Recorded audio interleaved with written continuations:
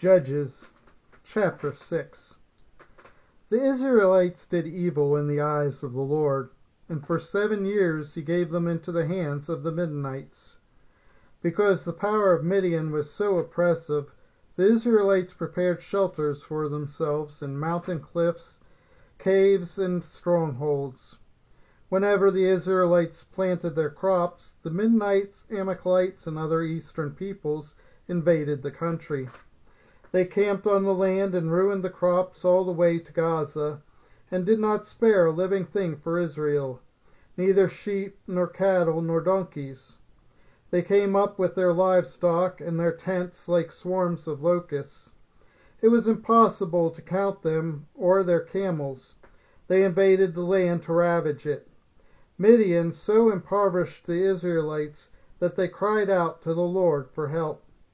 When the Israelites cried out to the Lord because of Midian, he sent them a prophet who said, "This is what the Lord, the God of Israel, says. I brought you up out of Egypt, out of the land of slavery.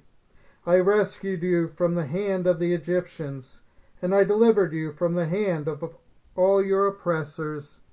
I drove them out before you and gave you their land. I said to you, I am the Lord your God. Do not worship the gods of the Amorites, in whose land you live. But you have not listened to me." The angel of the Lord came and sat down under the oak in Ophrah that belonged to Joash the Abiezrite, where his son Gideon was threshing wheat in the winepress to keep it from the Midianites. When the angel of the Lord appeared to Gideon, he said, "The Lord is with you, mighty warrior." "Pardon me, my Lord," Gideon replied, "but if the Lord is with us, why has all this happened to us? Where are all his wonders that our ancestors told us about when they said, 'Did not the Lord bring us up out of Egypt?' But now the Lord has abandoned us and given us into the hand of Midian." The Lord turned to him and said, "Go in the strength you have and save Israel out of Midian's hand. Am I not sending you?"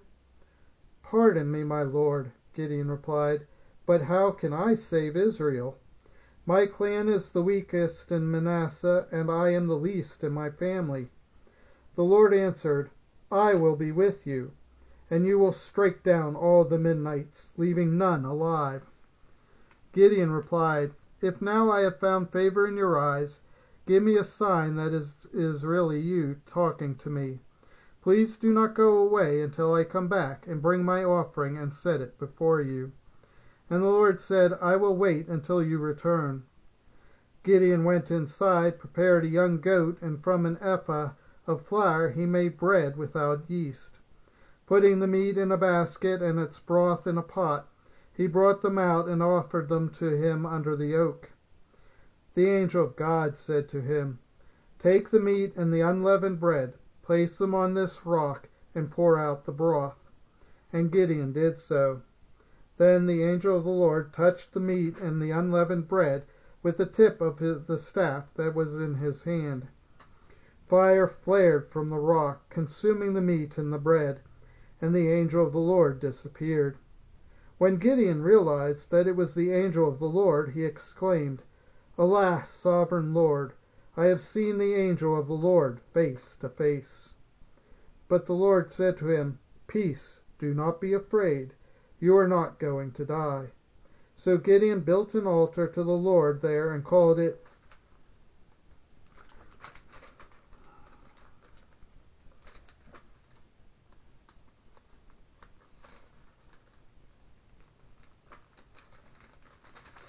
"The Lord is Peace."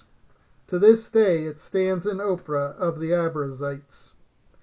That same night the Lord said to him, "Take the second bull from your father's herd, the one 7 years old.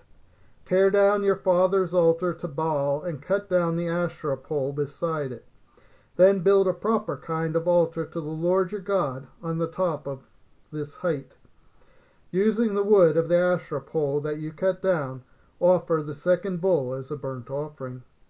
So Gideon took 10 of his servants and did as the Lord told him. but because he was afraid of his family and the townspeople, he did it at night rather than in the daytime. In the morning, when the people of the town got up, there was Baal's altar demolished, with the Asherah pole beside it cut down, and the second bull sacrificed on the newly built altar. They asked each other, "Who did this?" When they carefully investigated, they were told Gideon, son of Joash, did it.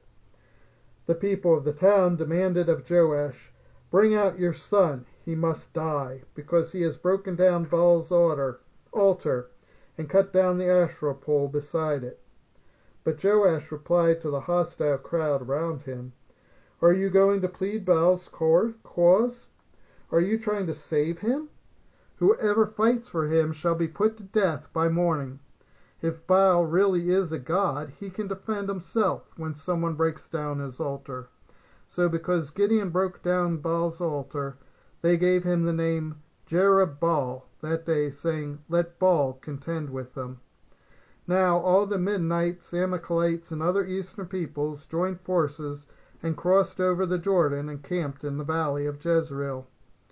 Then the Spirit of the Lord came on Gideon, and he blew a trumpet, summoning the Abiezrites to follow him. He sent messengers throughout Manasseh, calling them to arms, and also into Asher, Zebulun, and Naphtali, so that they too went up to meet them. Gideon said to God, "If you will save Israel by my hand, as you have promised, look, I will place a wool fleece on the threshing floor. If there is a dew only on the fleece, and all the ground is dry, then I know that you will save Israel by my hand, as you said." And that is what happened. Gideon rose early the next day. He squeezed the fleece and wrung out the dew, a bowlful of water. Then Gideon said to God, "Do not be angry with me. Let me make just one more request. Allow no one more test with the fleece. But this time make the fleece dry, and let the ground be covered with dew." That night God did so. Only the fleece was dry. All the ground was covered with dew.